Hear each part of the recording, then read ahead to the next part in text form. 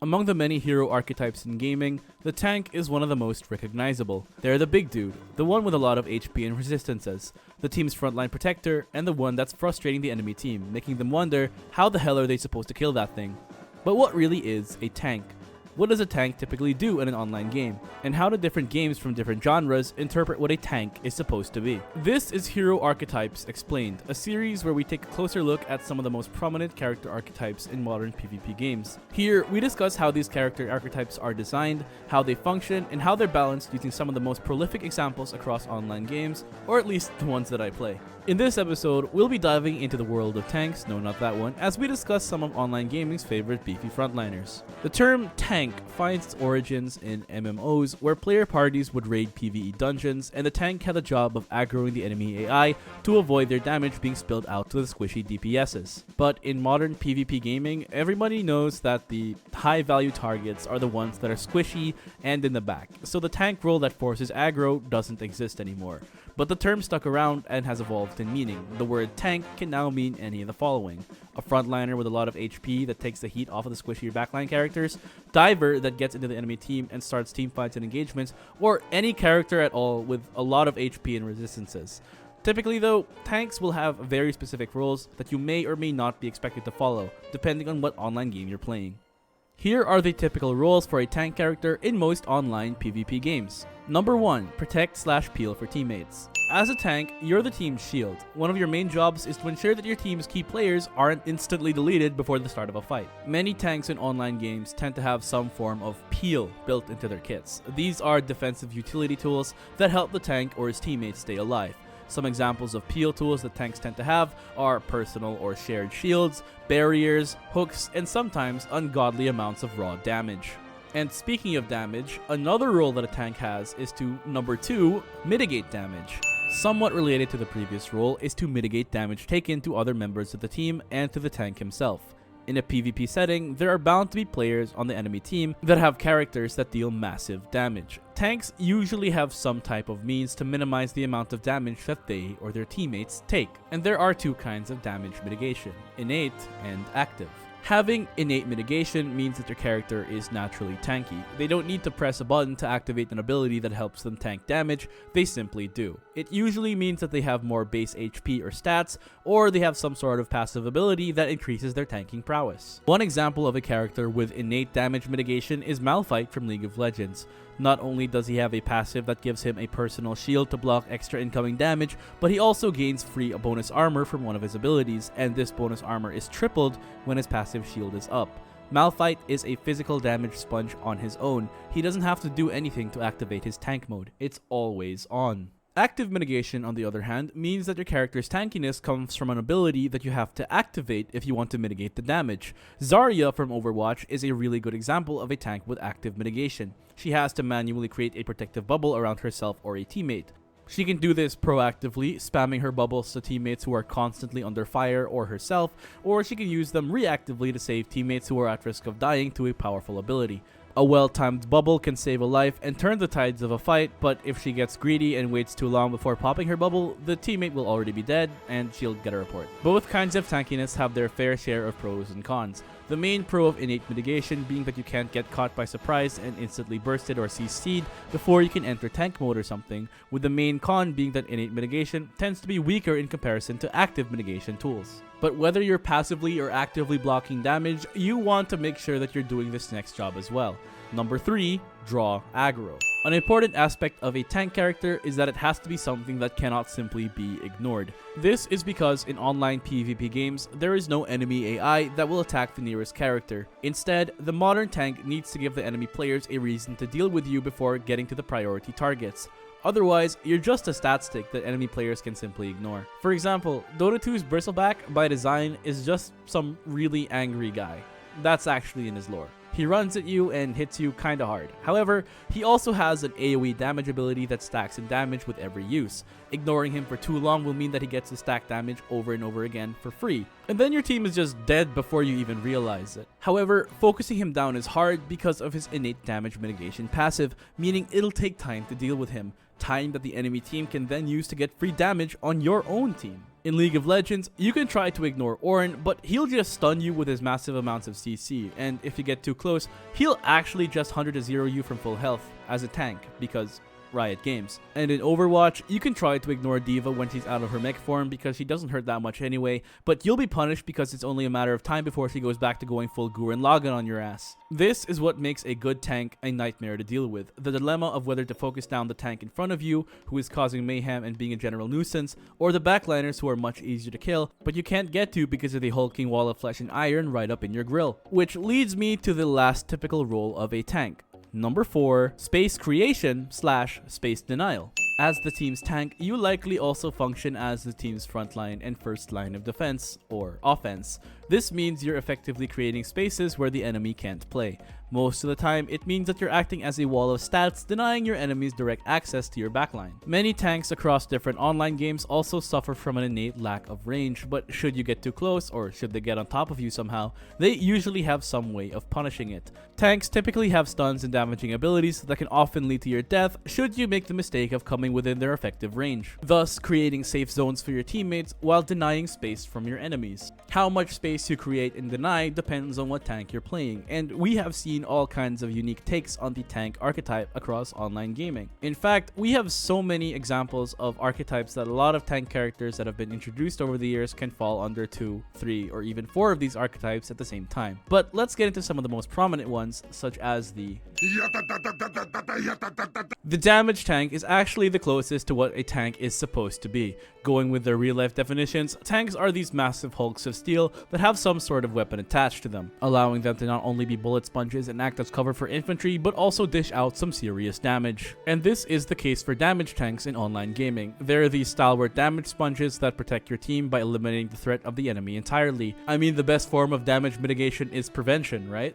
Note that damage tanks are not to be confused with bruisers. I view them as separate archetypes because of the differences in their role and playstyle. Bruisers are picked as damage dealers who have just enough survivability tools to stay alive to dish out their damage, whereas damage tanks are picked as frontliners and damage sponges who can also deal massive amounts of damage, but their primary goal is to protect their team or play to their win condition. For example, Reinhardt from Overwatch can deal massive damage with his Fire Strike, Charge, and Hammer, but he's a tank because he was designed with protecting his team in mind. Meanwhile, someone like Darius from League of Legends is a bruiser because while he is durable, he's a damage dealer first and foremost. I think the most iconic damage tank in online gaming, and a great example of what a damage tank should be, is the Heavy from TF2. He's this big, lovable Russian man who loves his minigun and sandwiches. He can fire his minigun to decimate the ranks of the enemy team, but this makes him, the slowest class in the game, move even slower than he already does. While the Heavy doesn't have any mitigation tools besides his substantial HP bar, his massive character model and hitbox combined with his damage potential just makes him scream, "Hit me." It's really hard to ignore the guy, especially if you're playing Spy or Sniper. But almost every other class is going to have trouble facing him though. With 300 base HP, a minigun in hand, and a medic likely pocketing him, it's likely that you're not going to be able to deal with this behemoth. On his own, he's able to 1v1 almost any class in the game with ease. However, as a damage tank, our favorite giant Russian man doesn't exactly have the most survivability tools available to him. He has huge amounts of HP and some tools to help him beef up or heal up, but without a medic pocketing him, he's almost always an easy kill if focused down. This illustrates the weakness of damage tanks in most games. You're trading the chance to be really tanky and hard to kill for the ability to deal significant damage. They're often the ultimate team players in TF2, aside from medics, and someone switching to heavy and playing the objective is usually enough for them to win. But tank subtypes don't end there, because we still gotta cover the dive tanks, or simply divers, are some of the most fun types of tanks because instead of facing off against the enemy tank in a battle between two Goliaths, you can completely ignore the guy and go straight into the enemy backline and cause a lot of chaos.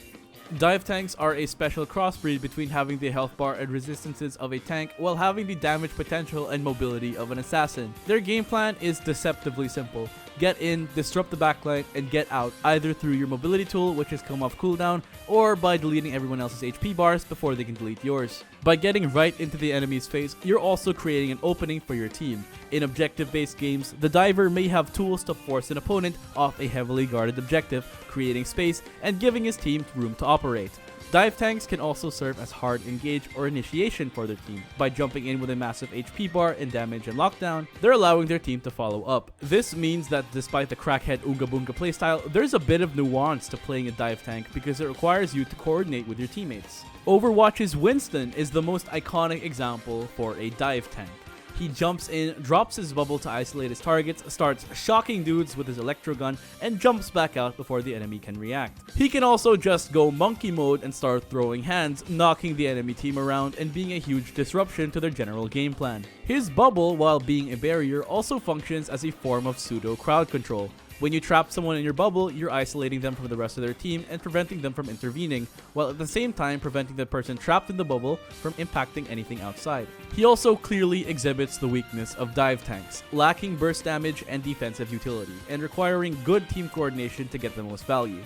Winston's damage is laughably low. He'll delete squishies, but almost nobody else as long as they have some form of escape tool or healer behind them. His bubble barrier is also not the strongest if you plan on using it to protect your teammates. It's great for keeping yourself alive, isolating targets, and forcing them to deal with either you or the bubble, but its relatively lengthy cooldown and lack of barrier health means that it won't really be protecting your team for extended periods of time like a Reinhardt can. And finally, as a dive tank, you're jumping in and creating space. However, if your team can't capitalize on the space that you create, nor follow up on your engage, you're not gonna be getting much value by playing a diver. I believe that in every online game, divers are the ones that are most draft dependent. To get the most out of their kit, they rely on their teammates playing characters that are able to follow up on their plays or take advantage of the space that they create. Playing a dive tank usually means positioning well and knowing when to engage the enemy. Now, Winston's bubble is actually a great bouncing point to the next type of tank archetype, which is the you want to get to him, you got to go through me.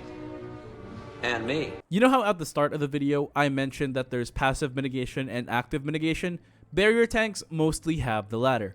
This is a sub-archetype where tanks have much of their damage resistance gated behind an active ability. Now, this isn't always a bad thing. In fact, barrier abilities are some of the most powerful in gaming. Just look at what happened to Overwatch 1 and how the sheer amount of barriers in that game completely ruined it. Barrier and cover tanks don't have the highest innate tankiness. Instead, their damage mitigation really comes from their active abilities. Should they not use these active abilities, then they're just massive hitboxes waiting to be clicked on. Anyway, barrier and cover tanks create safety zones for your teammates to either regroup, heal up, or protect against key abilities. A well-placed or well-timed barrier can keep a player or even a whole team alive against an enemy ultimate, while simply having a high HP bar won't.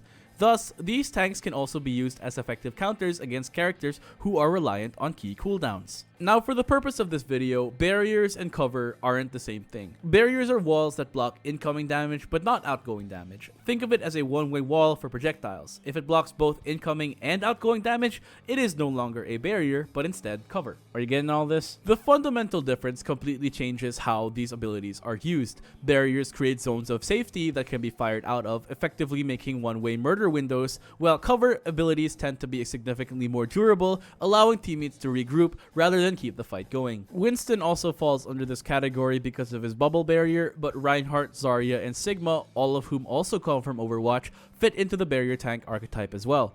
But for cover tanks, I think the best example is from the ever-popular BR game, Apex Legends, and he goes by the name of Gibraltar. Now, Gibraltar, or just Gibby, is an interesting case because he has some innate tankiness as well. This isn't to say that Winston and a few other Overwatch tanks don't have innate tankiness. Many of them have armor, which reduces the damage they take until it is depleted, effectively increasing their HP pool. Going back to Gibby, he has a gun shield that passively pops up whenever he aims down his sights, effectively giving him more HP in a firefight, and the fortified passive ability, which means he takes reduced damage from bullets. This means that in a straight 1v1, assuming both participants hit all their shots, Gibraltar will just win. But Apex, being the high-octane ADHD movement shooter that it is, isn't that simple. His real tanking utility comes from his bubble, which is exactly like Winston's from Overwatch, but blocks damage both ways. And this is really meant to be a supportive ability. You trade being able to shoot from inside the bubble for the ability to heal faster, and you can also pick up down teammates with a quicker and sillier animation. Also, for ultimate BMing, you can throw the bubble out and sit on a downed enemy with your massive hitbox. Like I said, the barrier and cover abilities like Winston and Gibby's bubble can nullify key cooldowns from the enemy. Winston can block Diva Bombs and Earth Shatters, while Gibraltar can protect his team against enemy fire and airstrikes, including his own. But barrier and cover tanks aren't the only tanks that use active mitigation, as there's also the Harder Daddy. What?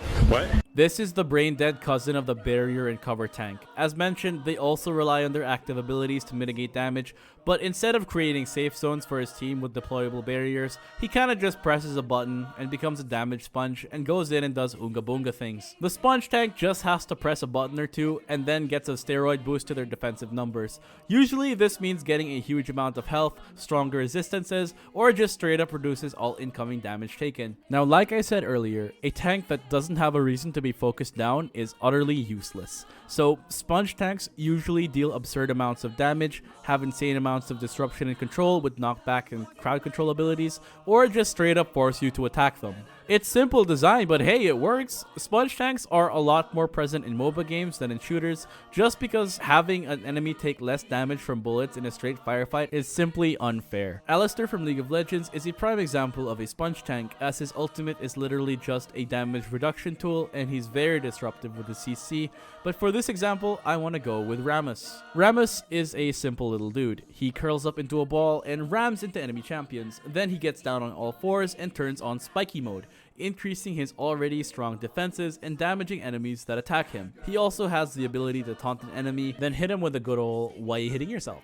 Rammus is a simple physical damage sponge and he does his job well, but his ability to soak up huge amounts of damage is only secondary to his real job. Speaking of, let's talk about the Stop right there, criminal scum! Control tanks tend to be innately tanky, while also having insane amounts of lockdown potential. In this regard, they are incredibly disruptive with the amounts of stuns and slows that are usually built into their kit. Just like sponge tanks, control tanks are a lot less prevalent in shooter games because stuns just aren't fun to play against. Again, just look at Overwatch 1 and how Brigitte completely ruined that game. However, control tanks are alive and well in MOBAs. There's no shortage of them in either Dota nor League, but I'm gonna go with League of Legends Sejuani as my example, simply because she has 4 ways of locking you down. She can slam into you and knock you into the air, she can wail on you with auto attacks and then just freeze you outright, she can throw a bola at you and encase you in some magical ice, and finally, she can just hand you a death timer, the strongest form of CC in any online game.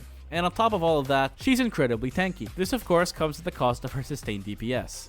It's garbage. But that shouldn't matter. By virtue of having so much control, the enemy simply cannot ignore you. With all of that lockdown, Sejuani's foes have to think twice about coming in close. But having 1,000 ways to control a target isn't always necessary. Sometimes you just need one. Best exemplified by the But I don't miss. An offshoot branch of the control tank, the hook tank is characterized by a single prominent ability, the hook. Typically, this is a projectile that when shot, yanks the target towards the tank and usually results in the enemy dying just moments later. In PvP games where positioning is an important skill to master regardless of what game you're playing, hook tanks can fundamentally change the way you play. As tanks, they're really not the beefiest. They typically have high HP and a single form of survival mechanism built into their kit. But that doesn't matter, baby. Hook tanks live and die by the hook and can be incredibly useless if they're not able to connect consistently with it. But honestly, they don't always need to. Purely by having the ability to pull an enemy out of position and into near instantaneous death, you're already striking fear into your opponents and disrupting their game plan. The fear of a hook is sometimes more threatening than the hook itself. Just by frontlining and being ready to throw your hook out, you're already forcing your opponents to play around you. The zoning pressure that a hook tank creates is incredible. In MOBAs, your mere existence forces your opponents to play behind minions and creeps, narrowing their safe zones and applying pressure. And in Overwatch, the hook is an ever-present threat to squishies, and you can completely deny sightlines and choke points with the threat of your hook, and maybe even force the enemy tank to switch to a barrier tank just because of how dangerous you are. As mentioned earlier, hooks can also be helpful peel tools. Should an enemy manage to successfully flank and find their way into your backline, hitting a hook on them is an easy way to literally peel the would-be assassin off your squishy teammate, and promptly send them back to spawn. Of course, this comes at a caveat. If you miss your hook at range, you're kinda useless as a tank. Most hook tanks don't have a way to assert their presence outside of their hook, and they usually don't have the tanking capabilities to soak up boatloads of damage either. Thus, if you pick a hook tank and you're having an off day, you could probably contribute more to the team if you were playing almost anyone else. And you can't talk about hook tanks without talking about Pudge from Dota, the granddaddy of the hook tank archetype. His meat hook has undeniably influenced not just games within the MOBA genre, but gaming as a whole. I mean, look at Roadhog and tell me you don't see the resemblance. Live by the hook, die by the hook. And speaking of living, we go to our next tank archetype. Don't call it a comeback!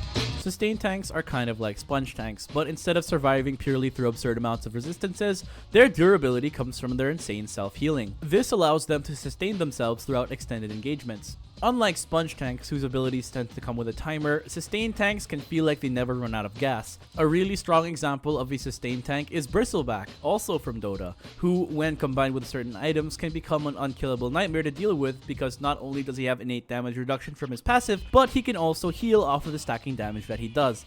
It's no wonder that this hero is a balanced nightmare for the Dota devs. Sustained tanks are usually balanced around resource management. Things like Bristleback's mana and Roadhog's take a breather meter both require the player to effectively manage them to stay alive. However, as a tank archetype, they are also the most susceptible to counterpicks. Bristleback causing you problems? Pick someone with a break or send an AA blast to his face. Dr. Mundo or Maokai feeling unkillable? Keep their healing down with a Grievous Wounds item. Roadhog causing you problems?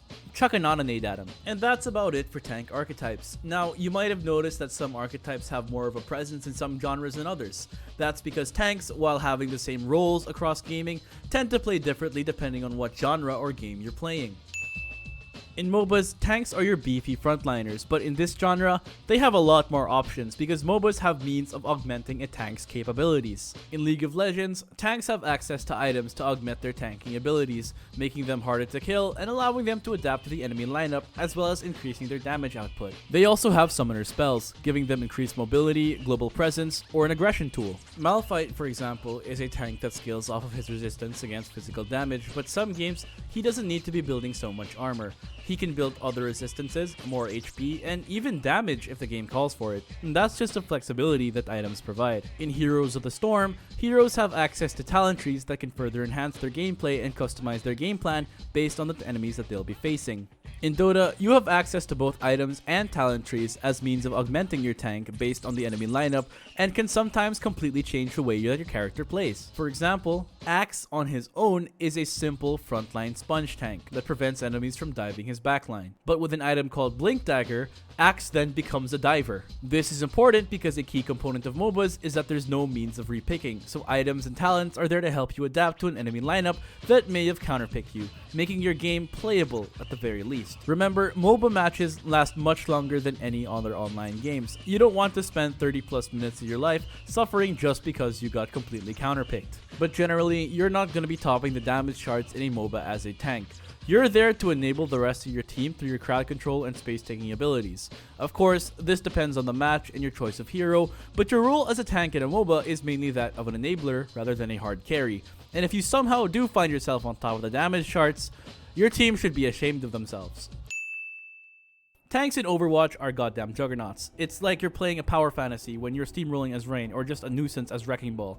In this game, tank is by far the most impactful role, and when you play it, you feel the impact that you make. But they get the League jungler treatment where everything you do is examined under a microscope, and every game when you're losing is a tank diff, even when you have teammates that don't want to play around you. A good tank can only do so much. As a tank in Overwatch, it's on your team to either enable you to play like a raid boss or take advantage of the space that you're able to create. If they can't do either, they're gonna look at your KD and blame you for it. It's the unfortunate truth that people just like to point fingers in every online game, and you're just the biggest target. In a game like Apex Legends, where the only rule is to kill or be killed, tanks have the task of providing defensive utility. Currently, there are two tanks in Apex, Gibraltar and Newcastle. They both provide cover and support through their abilities while also taking decreased damage. Otherwise, they're just big dudes with guns. Now admittedly, there aren't a lot of examples since I don't play a lot of games like this besides Apex. Let me know in the comments if you know a tank character within this genre. Most tank shooters don't actually have a tank archetype. However, I could see the argument that the entry fragger is the team's tank. After all, their job is to be aggressive and take the first engagement. creating space for his team through their abilities. If they die, it's fine, they'll usually end up being traded by their teammates anyway, and they don't have the most valuable util throughout the round. There's not a lot of similarities besides taking space for your team and tanking the first engagement. After all, my jet is too busy trying to take tools with an op instead of entering on site. The typical tank just doesn't work in attack shooter, simply because the TTK in these games is so darn low. In most cases, you get popped instantly, and having a character that doesn't adhere to the same TTK rules is just unfair, which is what makes this last subtype and its examples so unique.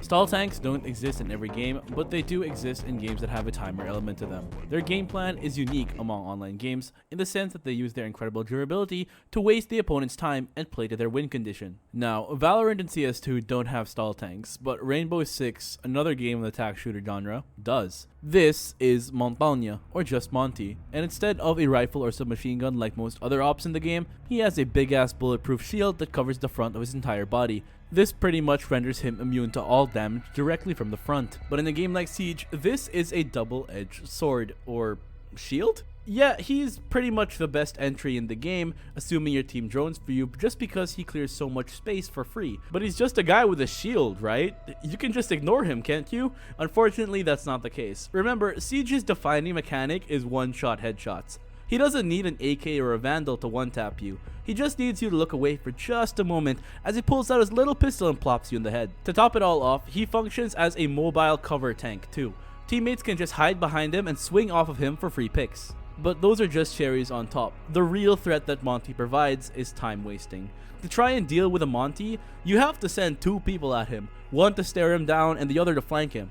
It sounds like it's just two guys, but that's effectively 40% of the enemy team trying to deal with one French boy with a shield. Either you do that, or you have to expend a valuable resource, a nitro cell, that not everyone has, just to deal with him, and it still might not kill him.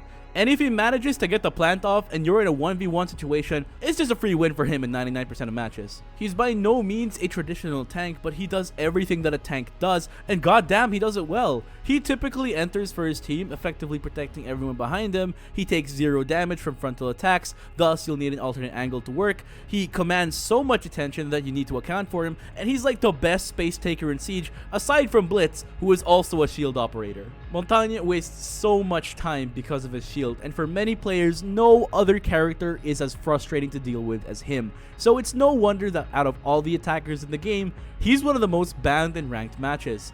In fact, some people think that he should just be removed from the game outright, but shield operators are such a unique addition to a genre where you feel like you can only do so much. And what's crazy is that he's not the only stall tank in a PvP game, because there's plenty of that in competitive Pokemon. In high level play, stall is kind of like a strategy that you build around, and over the years there have been some incredibly annoying stall mons across the meta. The plan is simple: apply a damage over time status condition, usually just poison, and send in a stall tank to soak damage and chip away at the enemy HP bar, and win the battle of attrition. Some of the most prominent ones includes Blissey, Skarmory, Ferrothorn, and in the newer games, Toxapex and Dondozo. It's an annoying strategy and incredibly boring to play against, but its effectiveness and consistency cannot be denied. And it's worth mentioning because it just shows how prominent the tank archetype is, not just in PC gaming, but in gaming as a whole. And what's most interesting to me is that no matter where they are, the same balanced tactics apply to tanks. Number 1, limit the tank's ability to deal damage or provide crowd control. Look, playing a tank where all you do is soak damage and make plays for your team is just boring. It makes you feel like you lack agency in an online game, which is a boring experience, and quite frankly, makes you feel like you're wasting your time. Thus, I cannot think of a single tank in any of the games mentioned where all you do is play around someone else. That's why a lot of tanks are designed to also deal huge damage or have potentially game-changing stuns and setups. And this is where the dopamine rush of playing a tank comes from. But these are intentionally limited to ensure that tanks don't become too powerful. Let's take a look at the Heavy from TF2 for example. As stated previously, he has a minigun that deals insane DPS, but the longer range the engagement, the less effective his minigun gets due to its spray. Thus, he wants to be able to close the gap and use his minigun to deal maximum damage, but revving his gun up slows him down, and he also has incredibly slow movement speed to start. Thus, you can still deal damage as this tank character, but you're also limited by your effective range and your lack of mobility. Another way the game devs balance tanks is by limiting their resources. The Heavy fires a minigun which has a base ammo capacity of 200, and once you're out, you have to find a way to replenish the ammo by finding an ammo pack or restocking at your local engineer nest, or you can, push the cart like you should be doing. But having an ammo capacity is another example of limiting your ability to deal damage. Other games do this through mana, which in Dota, tanks tend to not have a lot of, or through long cooldowns on abilities, which we see with D.Va and Gibraltar having their most impactful damaging abilities being gated as ultimates. By allowing tanks to deal damage but introducing limiting factors, you're ensuring that your tanks still have the agency in playing the game, but they're also not out DPSing their own DPSs. Number 2, increase their hitbox. Tanks tend to be these big, beefy walls of HP, and this is usually translated to their character design. That makes them easy targets that are hard to miss, unless you're on my team somehow. This is most prominent in shooter games. Tank characters tend to have bigger character models, thus bigger hitboxes for easy targets. Gibraltar is an absolute unit, but you'll still somehow miss every shot because you can't control the R99's recoil ever since they removed barrel stabs. Winston, Reinhardt, D.Va, all of Overwatch tanks have huge hitboxes, making them incredibly susceptible to heroes like Reaper and Bastion so that they can just get chewed through. Their big hitboxes are balanced out by the fact that tanks just have so much HP that you shouldn't be able to one-clip them in most circumstances anyway. Number 3, split damage types. Another way that some games balance tankiness is to split damage types and resistances. We see this in both of the big MOBAs, Warcraft 3, and even in competitive Pokemon. Physical damage is affected by physical resistance, magical damage is affected by magical resistance, and true damage isn't affected by resistance at all. By splitting damage this way, you're making tanks and damage dealers lean either towards physical or magic damage. This changes the dynamic of a matchup, forcing tank players to take into account the type of damage they'll be taking versus the type of resistance they should be building. Thus, physical tanks counter physical damage dealers, while magic tanks counter magic damage dealers, and this adds a whole nother layer to team composition and drafting. Perhaps the most common way to balance tanks in online games is to, number 4, introduce counter picks. Every single tank feels hard to deal with, but there's always an answer to every single tank. None of the tanks mentioned in this video exists in a vacuum. They're all part of a wider roster of characters that can feel like they're made specifically to counter that one character. Winston, as powerful as he can be, just gets completely rolled by Bastion and Reaper. The Heavy, despite being a firepower machine, is a sitting duck for a well-placed sniper shot or a spy's backstab. Counterpicks are a vital part of hero and class-based games, thus having counters to even the tankiest of characters is important. It ensures that the experience is fair and balanced for everyone involved. And we know what happens when you don't try to design your tank with counters and weaknesses in mind. You don't have a tank on your hands, you have a balanced nightmare. Out of all the archetypes present in hero-based games, I think tanks are the most honest. Yes, they have a lot of HP and are relatively forgiving to play compared to other archetypes like assassins and combo mages, but they also lack a lot of the bullshit. Tanks tend to have very clear counterplay, and I've never felt I've had a cheap death because I died to a tank. Except the Cassante. Fuck that guy. And with that, I hope you enjoyed this deep dive into the tank archetype, and I'm sure there are a lot more tanks in games that I mentioned or didn't mention in the video. Be sure to let me know who your favorite tank character is in the comments below. If you liked the video, please let me know by saying so in the comment section, dropping a like, and subscribing for more deep dives like this one. I already have a few more episodes planned for this series, but let me know what archetype you'd want to see next. That's all for now. Ace out.